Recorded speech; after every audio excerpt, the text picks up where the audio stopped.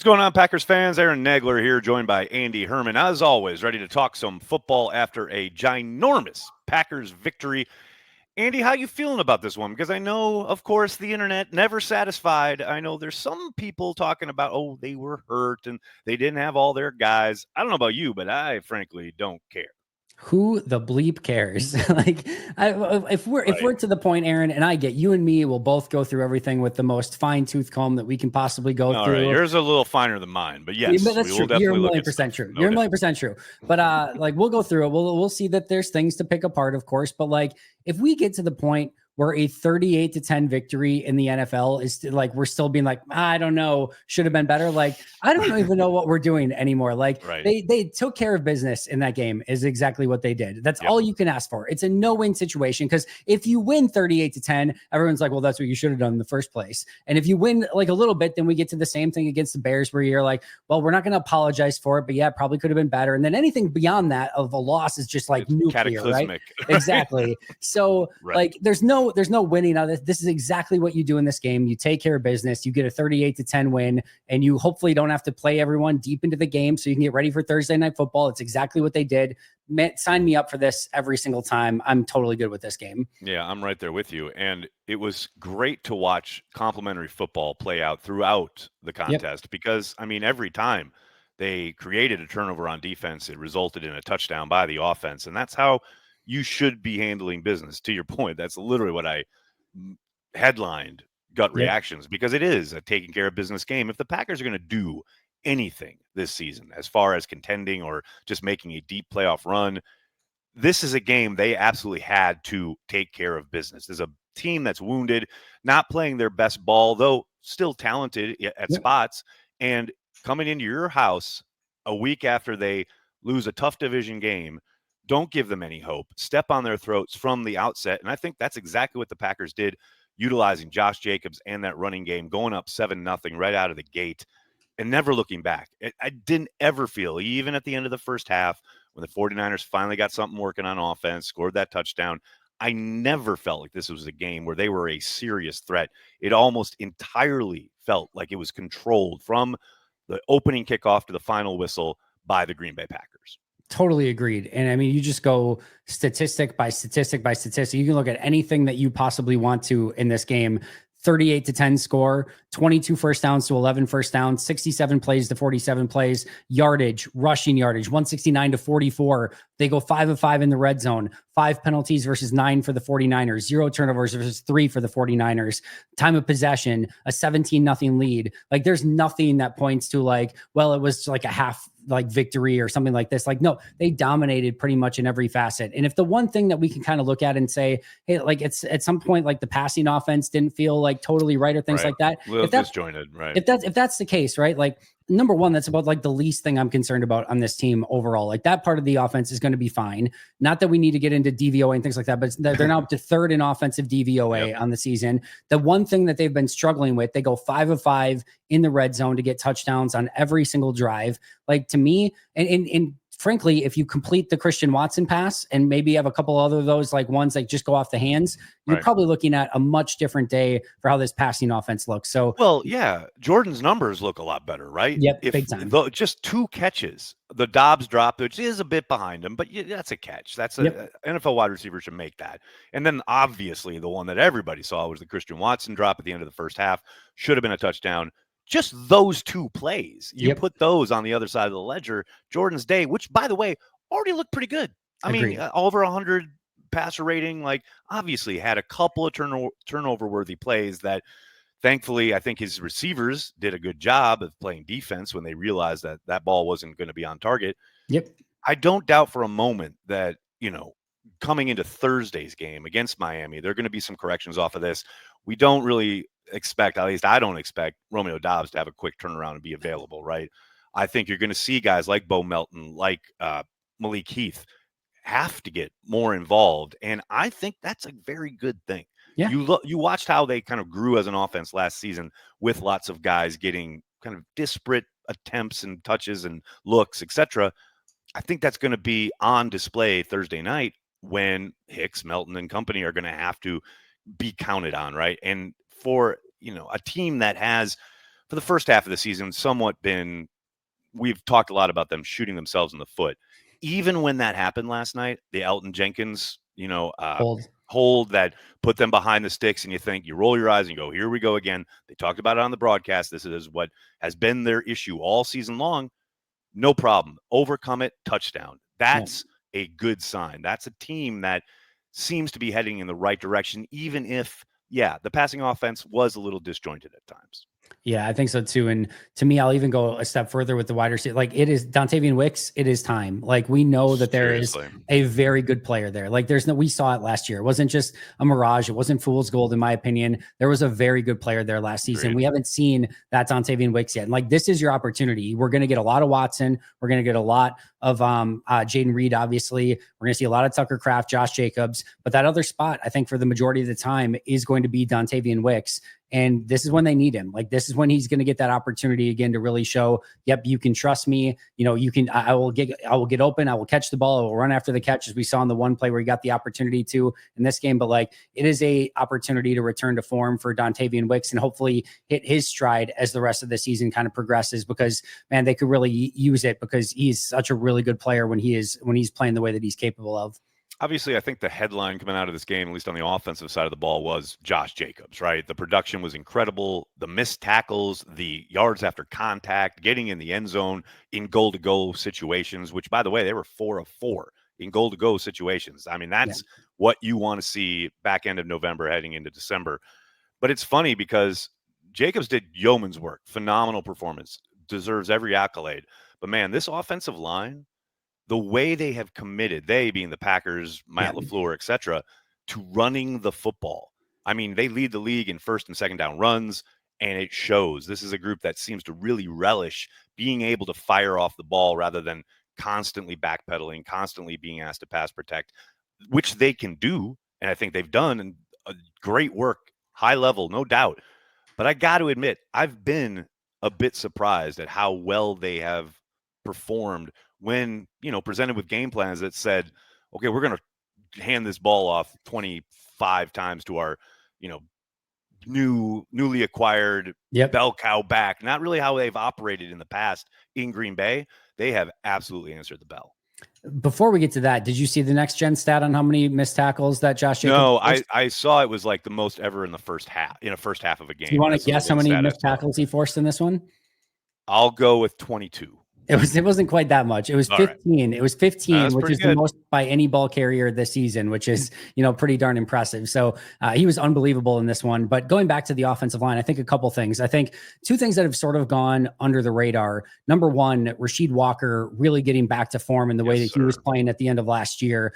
And these last few games, I haven't gone through and watched everything on this one yet, but the last two games going into this one, thought the Detroit game was his best game of the year, and then followed it up with a good game against Chicago. I thought at first glance he looked really good in this one again. So I think him returning to form and just looking like the solid left tackle we kind of expected him to be in that spot. And I think the other one is Sean Ryan too, of like just going from this journey where in his rookie season showed up out of shape, was not even remotely in the conversation of ever being anything other than the 53rd guy on that roster in a complete red shirt, then gets suspended at the end of the season, right? Like to the point where then he comes back seemingly like a little bit not in great shape again in year two. And I didn't know if he was going to make it out of training camp at that point. Right. We almost were there, to then working himself into a rotation with John Runyon Jr. by the end of last year. I thought Runyon Jr. outplayed him a little bit, but they continued that rotation up. And then all of a sudden this year, getting that opportunity. And then even there was a time where it looked like, oh, that's just going to be Jordan Morgan. Like this, he's just a placeholder until Jordan Morgan takes over. Now Morgan's had the injuries, but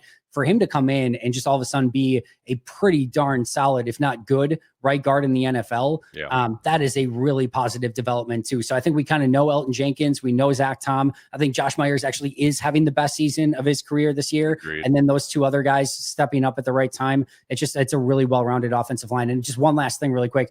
It also doesn't get talked about enough how in one draft, like basically third round and later, you find Sean Ryan, Zach Tom, and Rasheed Walker, your two bookend tackles and a really good starting right guard. And just, from pick 100 on basically in a draft, like that's just absurd by Goody. Yeah, well, that doesn't count, Andy, because it's not a first pick. Rounder. Yes. I mean, come on, that's how we work here on the internet. You know this. True story. My bad. But here's the thing. It's like, I don't doubt for a moment that they have tougher tests ahead, right? Yeah, There are going to be teams that they have big time. trouble doing what they did yesterday. But man, for the performance that they kind of down in and down out put out there, and just didn't matter what type of run either. That's what's so impressive. Matt has the entire kind of playbook open. The entire menu is available to him as far as it doesn't. If you want to run power, you want to do zone, anything window dressing wise that you want to do, they are capable of doing it. And I don't think people kind of maybe appreciate that flexibility as a play caller, game designer. You're going all week going, what's the best way to attack this specific defense? Well, you don't have to worry about your strengths really because you can do it all.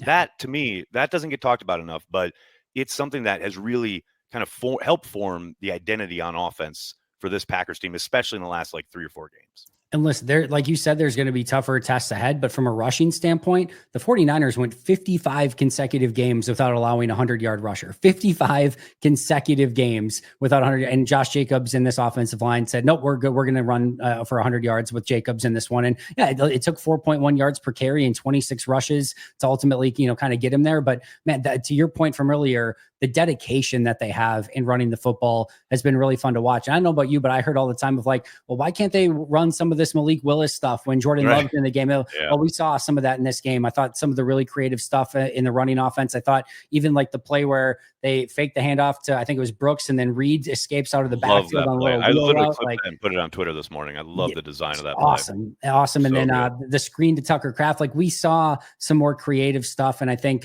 some of the stuff that people were calling for that we saw when Malik Willis was in there. So I love it all the way around. Let me ask you this, just because I've gotten this question a couple of times, and I'm sure you probably have too. Do you feel like Matt has adjusted as far as what he's asking of Jordan Love and the offense and the passing offense in particular? We've talked a lot about it being quite disjointed yesterday, what have you. But it does feel like, man, he had a much kind of more wide open menu, attack type, etc. First half of this season, we saw a lot of the interceptions, the trouble he was getting in. It feels like not that he's dialed it back, but he has kind of streamlined, it feels like, what he's asking the passing attack to do. There's been, you mentioned that throw to Reed, the tight end kind of touchdown screen. Like, that's not a overly complicated play, although I think Jordan does a phenomenal job changing his arm angle on that throw. Sure. It feels like there's more delineated reads, and I don't think it's been completely turned over to that kind of approach, but it feels like there's a lot more of it, and there's a lot less of, okay, we're going to spread it out, we're going to send 3-4 guys out in patterns, and we're going to have him kind of read the field. There seems to be a little less of that the last couple of games in particular. I would generally agree. I think there is a little bit more of that. And I think, maybe they're trying to get it to the point of like, hey, unless we need to go to some of the more longer read stuff. And then, if we're in a third down, if we're down by 14, if it's a Minnesota game where you have to come back in it, all right, let's let Jordan sling it around and see what he can do and kind of be a gunslinger in those situations. Right. But if we don't need that, can you kind of run some of the stuff that has the easy reads, and you can find some easy completions, and just to get a rhythm in the game.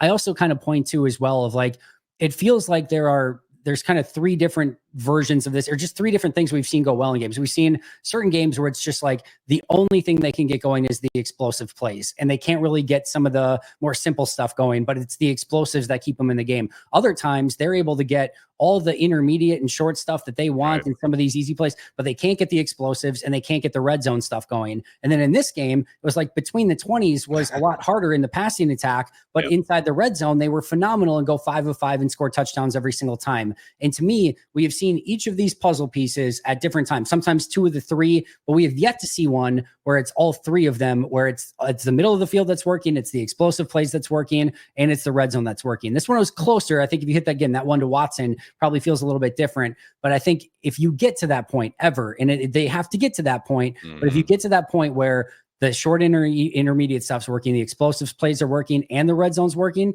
then look out. And again, they're still putting up 38 points and putting up points every single week, pretty much.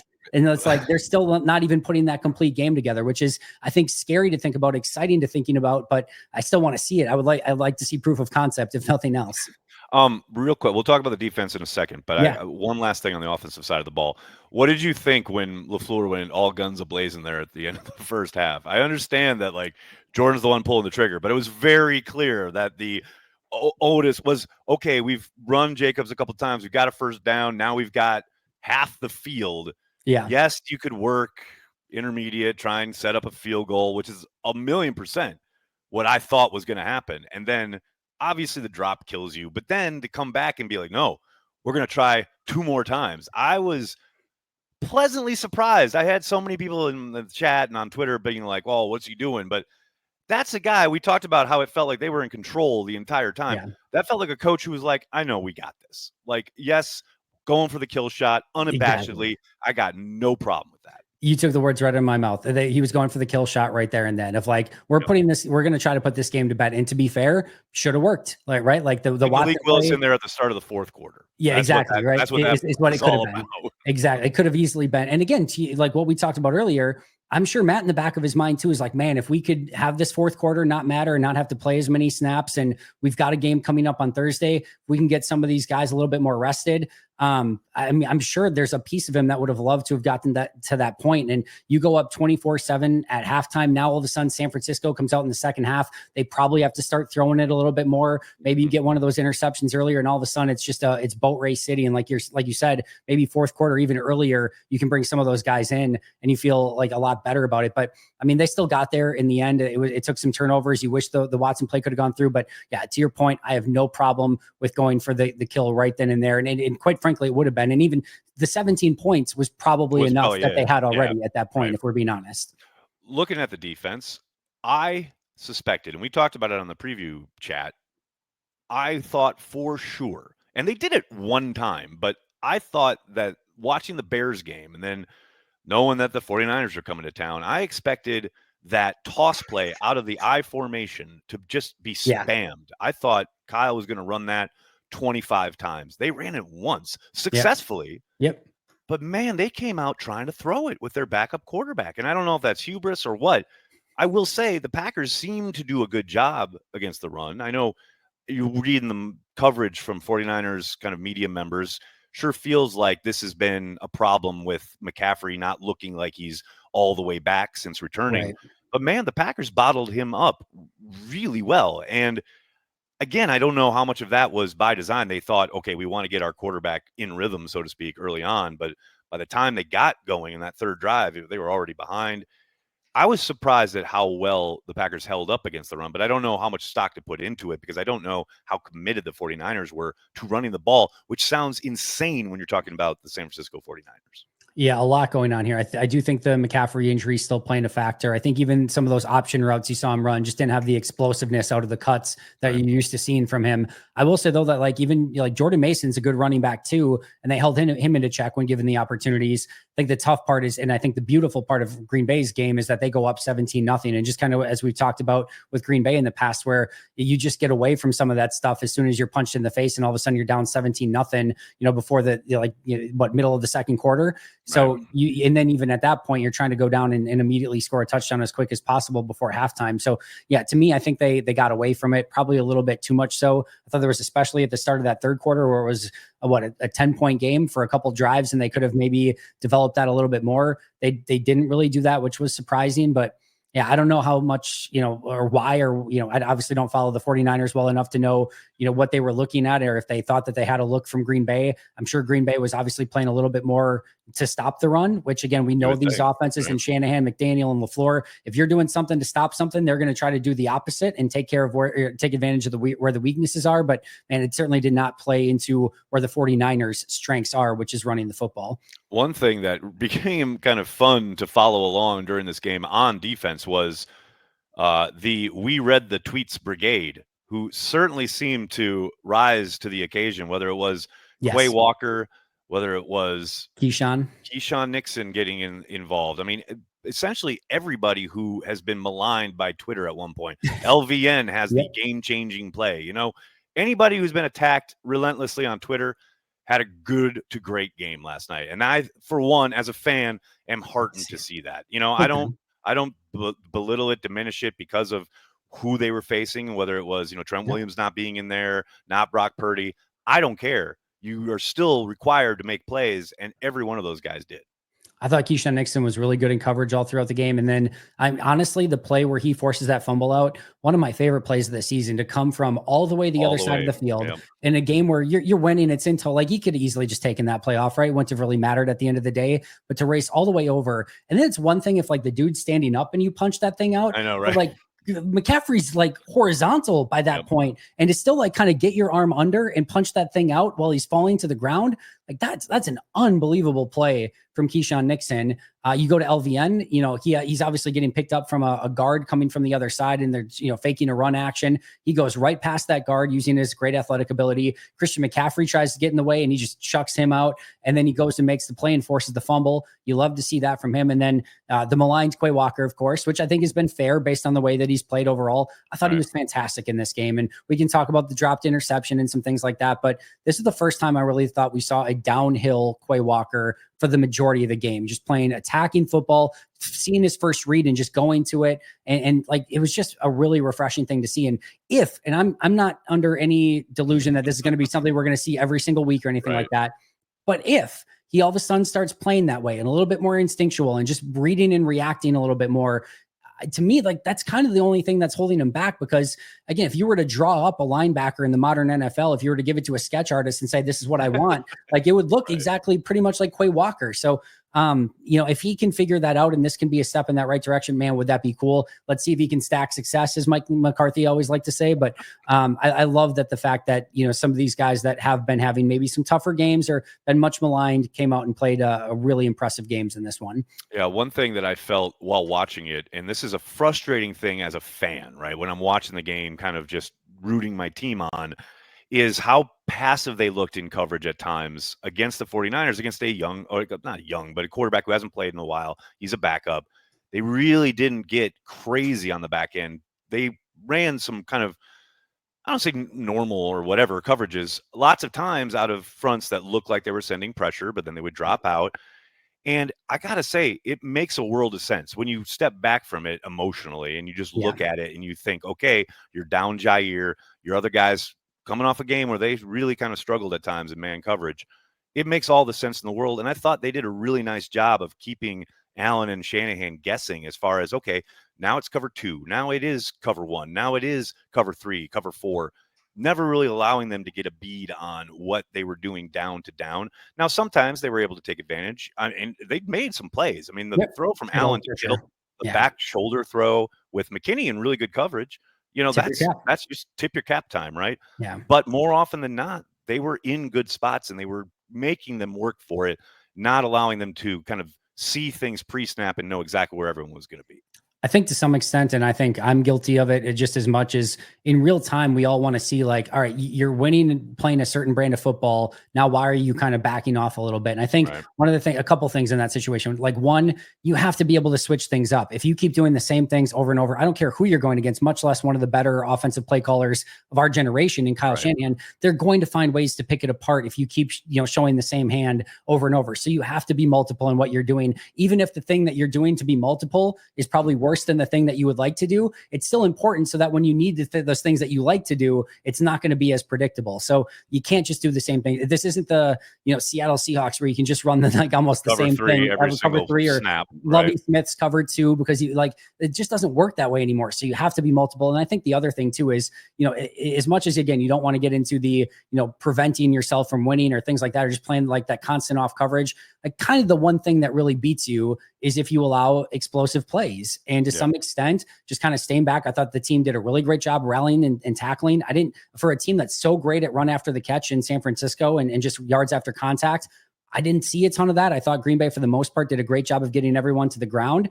And when you're playing that brand of football and you're not allowing explosives and you're getting everyone down right away, and the way that San Francisco was committing penalty after penalty after penalty, like, to me, there's a lot of sense too in what Jeff Hafley was doing and saying, we just don't need to give up something stupid. And if we do that, we're going to win this thing easily. Yeah. And it was wild to watch guys like Deebo Samuel and guys who we've seen hurt the Packers repeatedly in the past, like, have really poor performances. And I mean, I'll take it as a Packers fan, but Yeah, there was no doubt that the approach in the moment, I felt kind of frustrated by it, but Yeah. going back and watching it today, I'm like, "Oh, no, that makes a world of sense." And this is also a game too where you kind of sometimes want to put some tendency breakers on film too. Again, if you're Right. not really stressed out, if like you can throw a couple of things out there of just again give maybe Miami of like, Somebody's oh, gotta look at it and work we on haven't it. seen this before. We might have Yep. to like actual. So you can do some of that in a game like this too. That can also be important.